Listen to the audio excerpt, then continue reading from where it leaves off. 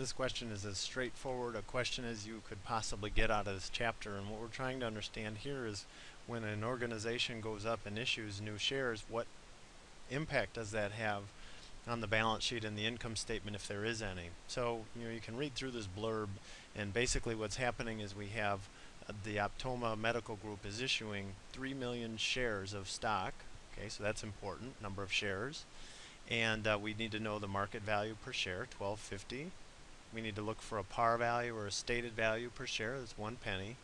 They tell us how many shares are outstanding, and that's really not relevant when we're recording the journal entry. That'll become important when we prepare the balance sheet so that all the investors know how many shares are outstanding and how diluted their stock is. So I've put the T accounts here for the 3 accounts that'll be affected from an issuance of stock for cash, at least common stock for cash. So we know our cash is going to increase. So to figure out how much cash increases by, we take the number of shares, which is 3 million. And we find the market price per share, which was given to us at $12.50 a share. And that's how much we're going to receive in the open market, $12.50 for every 1 share. So the proceeds we get are the $12.50 times the 3 million shares. We're going to receive cash of $37,500,000.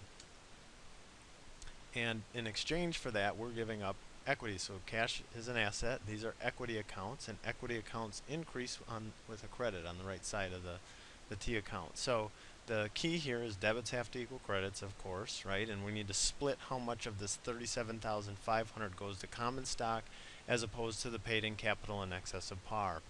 We have to find that par value, which is a penny that was given to us up here. And the par value times the number of shares issued is the value that will populate the common stock account. So par value per share times number of shares issued. Or if this were a stated value, we'd take the stated value per share times the number of shares, and that's how much goes into the common stock.